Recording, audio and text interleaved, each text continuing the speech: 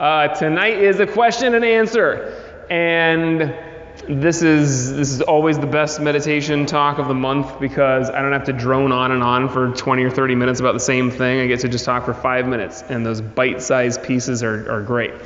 So think of questions, and there should be, I want to talk just about questions for a second. If you don't have something that comes readily to mind, this is something that I've been wondering about. You are living life wrong. You are a bad person. No. But you should always be asking, be curious, and be wondering something. And it doesn't mean that I'm the best person to ask the question to, or that I'm going to give you the right answer or the best answer, but you should have something that has been kind of there in the back of your head or in the front of your head, something that you've been kind of wondering about, something that you've been questioning either within yourself or with other people in your life. And the act of questioning, it's not about necessarily getting the answer and knowing the thing. It's more about the act of kind of being curious and being able to explore, what do I know, what do I not know, and what, as I've heard before, what do I not know there are things that I don't know that I don't know. So there are things that we're not even considering that are wonderful places to look in life and philosophy or whatever. So that is my short yet still convoluted spiel about questions. Have a question. Go. Sir, I guess my question is, how do I keep making meditation special if there's no drama or chaos or questions that are big that I have an epiphany about? How do I make meditation special so that I feel like I want to do it still every day? That's a great question. So anybody who has meditated or done pretty much anything for a long period of time has run into this issue of it started off really special and powerful, and now, and I'm not saying that this is the way that it is for forever, but right now, it's not. It doesn't feel as special, it doesn't feel as powerful, it doesn't feel as I just don't feel like doing it right now. And I've got some advice for you. So first is the very boring advice that I give every time somebody asks me a question like this concerning motivation, which is we've got to learn to separate motivation from the action. And getting motivated is wonderful. And look, if you can find a way to be motivated, man, it makes things a lot easier. But you can't always find a way to be motivated. You might find a way to be motivated tomorrow, but maybe right now it ain't happening, so I don't just give up and not meditate. I'm still going to meditate. You decide in a higher state of consciousness what you're going to do, and then when you're in the lower state of consciousness, you do it anyways. And that will at least connect you to the higher state of consciousness, even if it doesn't fully bring you into it. It's like I'm doing what I know is right for me. I'm doing what is in line with my higher self or my ideals. So that's one thing to do. Another thing to do would be to create motivation. So you're not, as you said, you're not always going to be able to get motivation in kind of the same way. Maybe I used to meditate and I got these kind of epiphanies or these questions answered or questions pop into my head or whatever it is. And maybe that starts to dissipate. For example, in meditation, the longer you meditate, the more you might start to recognize that these thoughts, whether they be random, dumb thoughts about, a song pops into your head, or something that seems really deep and important and like the thing that I gotta think about because it's the most deep, incredible insight into life and humanity and the universe, and everything in between there, that stuff pops into your head, and you might notice that the longer you meditate, the less often those things pop into your head, or the more easily you're able to just let it go right away. And so maybe that used to be your motivation for meditation, is it was really dramatic and exciting because all this stuff popped into my head, and now it's I'm actually meditating. That stuff doesn't pop into my head anymore. So you want to focus on motivation before the actual meditation, and maybe after the actual meditation. So what I mean by this is I'm reading something inspirational that kind of delivers me into my meditation. I read something that is written by somebody who's really doing a great job of explaining the benefits of meditation, or whatever it is that means something to me on a deep level. I read that and I get into this state where I'm like, okay, yeah, that's what I want. I want that. So I'm going to sit and meditate. Or, prayer or affirmations or whatever it is that can kind of fire you up for it before the meditation. And then you sit, and maybe it'll be easier for you to go right into meditation. Maybe it isn't, but you are sitting at least. So that's important, to just get yourself to sit, and then also maybe it'll carry a little bit into the meditation. You're already in kind of like a higher state if you're doing that. After meditation, you can meditate and try to get yourself to a really great place, and then after the meditation, really allow yourself to celebrate that. And I don't mean you have to throw yourself a party. I mean, you can just, like, for a few seconds at least, just go, that was a really nice meditation. I really got calm, and I was able to, when those thoughts came in, I was able to let them go and celebrate those little victories everywhere in life, and meditation is no different. If you do that before and after, or at least one or the other, then you're going to have a little bit more kind of juice, like pushing you in the direction of meditation and then carrying through it a little bit more. And even when you're sitting there meditating, your mind might wander, and then you come back to, no, this is that thing that I read for a second, and so I'm just going to let that go and come right back to this. Or I meditate and I'm having a bad meditation. This is part of where it can get tricky, is you don't want to then have your thoughts change to, oh, the last time my meditation was so good and I was celebrating it and I was so happy about it, and this one sucks. After this meditation, I'm going to hate myself. You don't want to get into all that. You just want to be able to let it go and be in the moment. And it's kind of tough because there is inherently no thought there. Meditation, or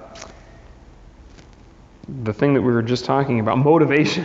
Motivation is kind of, you can think of it as two levels. There's a thought that is motivation, but then there's also kind of like a feeling, which is more in your body. And so you can pay attention to that and not have it still stick as a thought. Try that, see how it goes. Other question. And it doesn't have to be specifically about meditation, but it shouldn't be like, what part of the hand do I punch with on a front punch? And if we get questions there, you're gonna ask them to me, right? Go ahead.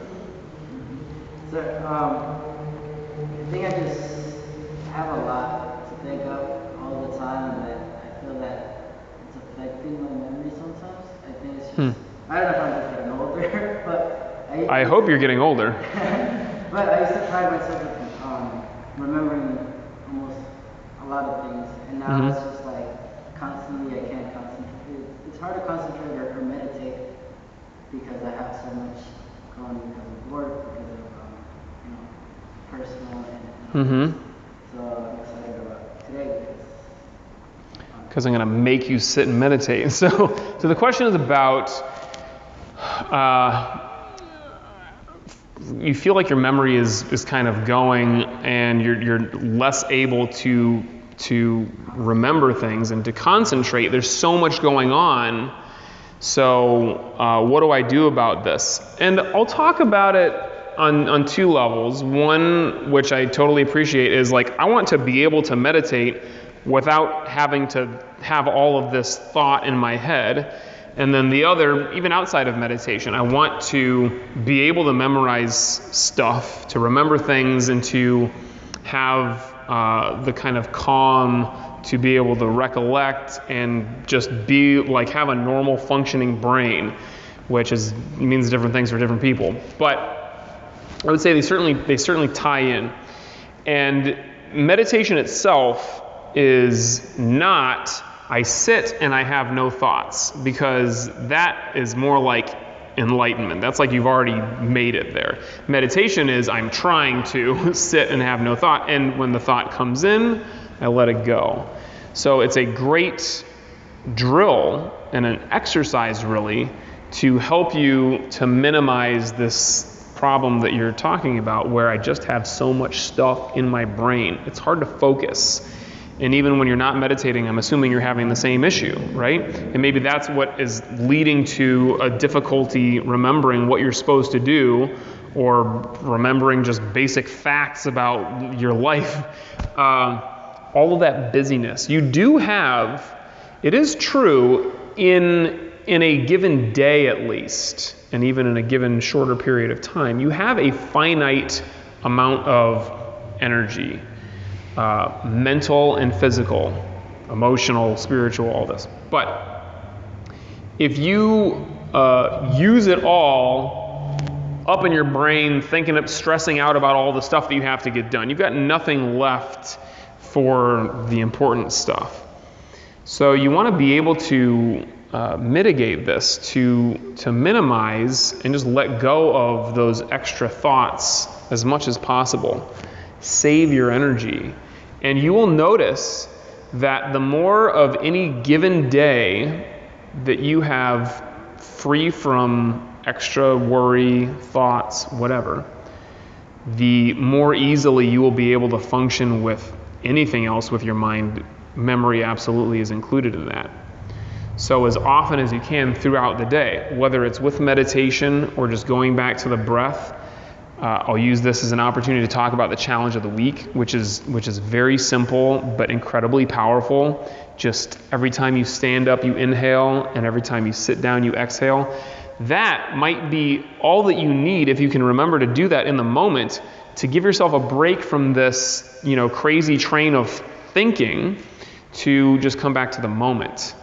And in the moment, you catch your breath figuratively or literally, and then you can get back to a little bit more of a sane state of mind. So coming back to the moment is key. I love using the breath for this, but using just the body, paying attention to what your body is doing. If you were actually just mindful every time you stood up and sat back down, and you paid attention to the mechanics of your body and what you're actually doing, this is just another great way of being in the moment.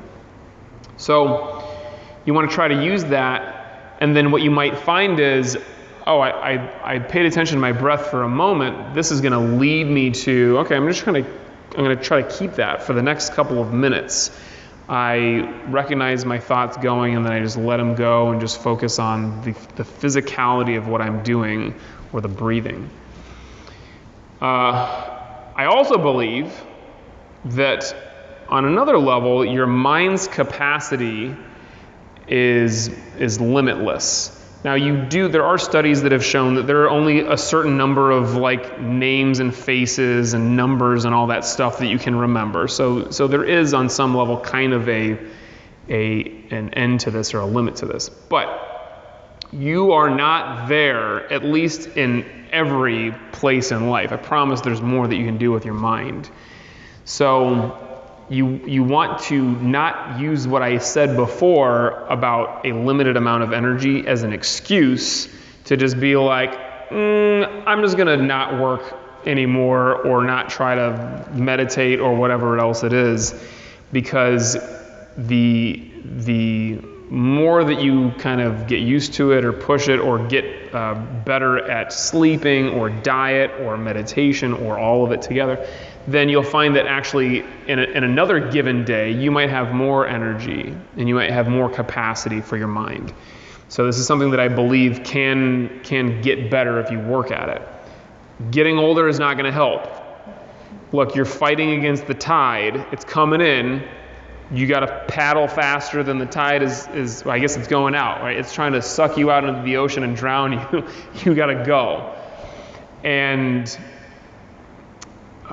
it is very easy. We have a tendency to recognize something like this and just say well, it's the beginning of the end.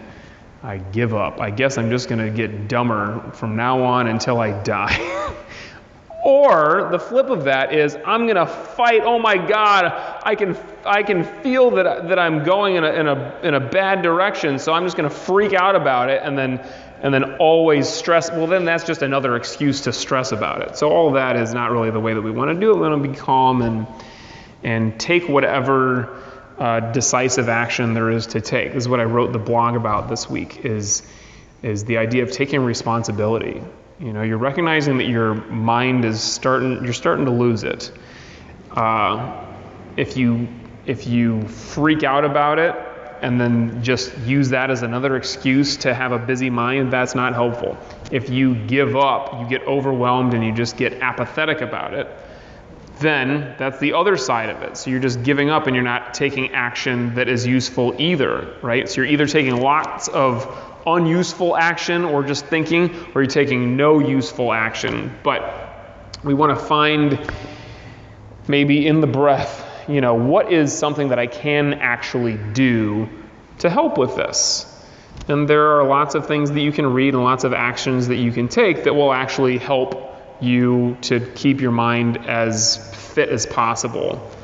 So I'm not going to give you much more besides the stuff that I've already said, but the idea is to try to be in that place in the middle where you haven't given up and you're not freaking out. You're just, okay, so what is there for me to do? And then do it. Other question. Nobody's given us anything yet? People aren't watching out there, huh? Oh, 7 people. Well, they're bad at asking questions too. Did you have one? Mm-hmm. Do you want help? Sure. I would say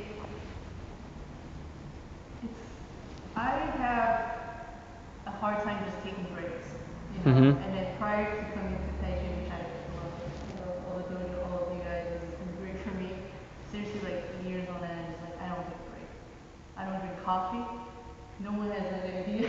You won't even take a break to drink a coffee and make yourself more insane. Exactly. You're too insane already. I always say like, oh my gosh, like my cousin, you know, Beatrice has like natural high or something. I guess I do. I don't know. Mm-hmm. You know, it's like they just go on, and I just feel like I'll start my day like 6, you know, 7. Sometimes I'm meeting at 7, 8. I'm gonna talk for the people who are listening. You keep going. So you've got lots of energy. You wake up early and you just go, and you don't take breaks throughout the entire day. Mm-hmm. You know, if I'm not putting a limit to myself, I probably work until like 1 or 2 a.m. Mm-hmm. And I skip lunch, notorious for it. I don't know, I'm 30 years old and I don't have a regular breakfast time. I don't have a regular dinner time. Mm-hmm. And so it's just like that's weird, you know, like just. Do you have a question about this or? No. So my question is like, okay, well this is great because all of a sudden I felt like, okay, coming through these classes, I forced myself to do things like no limit time, and I realized that when I don't put a limit to it, it's like I just come off with a project. Mm-hmm. It's like I just. So again, let me help you with the question. The question is, Sorry. What's the question? what should I do about this, or is this okay? No, and so I guess no, it's not. What's the question? Yeah, is that okay? One, and then 2 Uh-huh. is like, okay, then you go into meditations. Like I sit there and I'm like I got hands in my pants. I should be doing something else. I sit there to meditate, and it's like, what am I doing sitting here? I could be solving the world's problems right now. No. Okay, I think I got it. Nothing I do is like really that important. Mm-hmm. Yeah, me too. But I still have the same thought. I could be saving the world right now.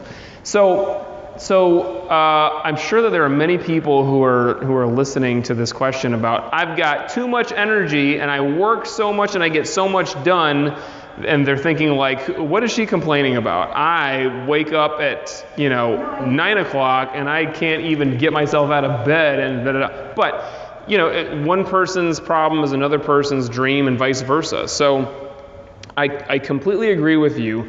If you get up and you just go to the end of the day, and you're not giving yourself breaks, and you're not putting like little pockets of rest and relaxation and sanity into your day, you are working yourself to an early grave. And I mean you are guaranteed to die earlier than you would have if you were to take these other precautions, taking out the idea of, get hit by a bus or coronavirus or whatever. And even including coronavirus, because if you're really stressing like that and you're not giving yourself a chance to relax and take care of yourself, your immune system is compromised and you're more likely to get sick. I've had that same experience. So what do I do? What do I do about this? And you talked about something that's incredibly useful. You said, once I started coming to the classes, and you kind of have this scheduled time where I'm not going to be thinking about that other stuff. I'm not going to be in work mode. I'm just going to be here and do this. This is incredibly powerful, so useful, and you should certainly keep doing that. You should keep coming to classes and make that as regular as possible. If you can have a schedule, it doesn't have to be every day, but you've got your times where you know that you're doing this. And see how that changes your experience of that day, and feel how oftentimes maybe you leave and you are actually more productive because you've given your mind a chance to kind of reset. And for sure, a lot of people say that they are actually more creative after taking a break to meditate or do Tai Chi or whatever it is. Recognize also, you don't have to be here in order to do that. I want you to come to class. And throughout the day, you could take a 5-minute Tai Chi break or a 5-minute meditation break and do that a couple of times throughout the day. And it is going to change your life. It will absolutely change your life for the better. So it's super important. I say this to people all the time as they're beginning the practice, is this is not something that should just live in the dojo. This is something that you must take out into everyday life. And this is in the way that I move, this is in the way that I breathe, this is in the way that I think, but also literally, I stop doing whatever I'm doing and I meditate for a few minutes. I stop doing whatever I'm doing and I practice Tai Chi for a few minutes. Because this time is going to make you so much better at whatever it is that you're doing. And it is honestly a real problem, I believe, that we have in this society, is people have drawn this false equivalency between how long you work and how insane you drive yourself, and they've drawn a correlation like between that and how good you will be at your job or how productive you are. And in many cases, it is the flip. The longer I work, the worse my product is. The harder I work, the less I produce, because I'm just not in a good place to actually do the best that I can do. So you can work fewer hours and do it that way, and or take these breaks throughout the day. This is hugely important. You got to get this to be a habit as soon as possible. I was talking to Catherine about this earlier today. It's kind of like we have this idea. It's like, yeah, I'm going to do this thing. I'm going to practice Tai Chi. I'm going to do it.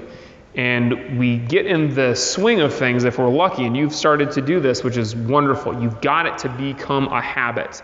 So we get our minimum of this habit that we're going to do. So let's say for you, what's a minimum that you've set? I'm going to come this many times a week. Have you done that? I'm trying to log in Tuesday Tai Chi, and then Thursday Tai Chi and Kung Fu, and then Wednesday night. So at least 3. Mm-hmm. So at least 3 days that you're coming. A bonus Monday night or Saturday I will. And if I don't, I Great. feel guilty. Great. Keep feeling guilty. So if you don't make it enough, feel guilty. That's going to keep you showing up to class. I feel stressed because last couple of weeks was super crazy. Mm-hmm. This couple classes, and I already felt like by Friday my mood was Yes. grumpy, cranky. And this is a whole other talk, and this is something that you will definitely experience. When you're doing something that works really well, and then you kind of back off because you kind of slacked on it or something, and then right away you start to recognize this thing that I was doing is really important for me, because now I feel like crap right now. But back to what I was saying. So you've got your minimum of 3 times a week, right? And you want to get that minimum to be as much as it can be. And 3 is a good minimum, absolutely. For some people, they're like, as long as I can make it at least once a week, I'm good with that. Well, if that is what you are allowing yourself to get away with, I promise you very quickly it will devolve into, that is just what I do. because we're great at making excuses and saying like, I really need to do this. I know this is important, but I'm hitting my minimum. I'm going once a week. It's all right. You're going to do that for a long time until you're able to drag yourself out of it or until you just spiral down into death. So get your minimum of whatever it is that you're doing. I'm practicing Tai Chi X number of times, like outside of the dojo, like every day I've got to do it. This time, this time, this time. Whatever it is, get that minimum that you will accept for yourself as high as you can, as fast as you can, and stick to it. Because then if you get your other bonus stuff in, that's wonderful, but you're sticking to something that is super beneficial and you've seen it in your life, so keep doing it. The minimum is so great because when when things change, like we are always looking for a way out. Human beings are always trying to be lazy. We're always thinking like, how can I just like not really have to do this today? But that usually doesn't apply to your bare minimum. So I'm talking about like whatever it is that I will not let myself do any less than. Make that as great as you can. Stick to it. So I've once again gone over the allotted time for my talk, but we're going to meditate. Your meditation, whether you're doing it in your bonus time or this is part of your minimum time, whatever it is, you should try to enter into this meditation. Imagine like you just read the most inspirational thing that you could possibly imagine. Enter into this with some real intentionality. This meditation right here is going to be as great as it can be. I'm not going to let my mind wander. I'm not going to let myself move. I'm going to be just totally present. So this is especially important if you're taking these little breaks and doing these meditations like a shorter time throughout the day. You got to get right to it. Get right to the not the meat or the bones, but get right to the marrow of that meditation as soon as you can and stay there for as long as you can. And then when it's done, it's done. So let's sit.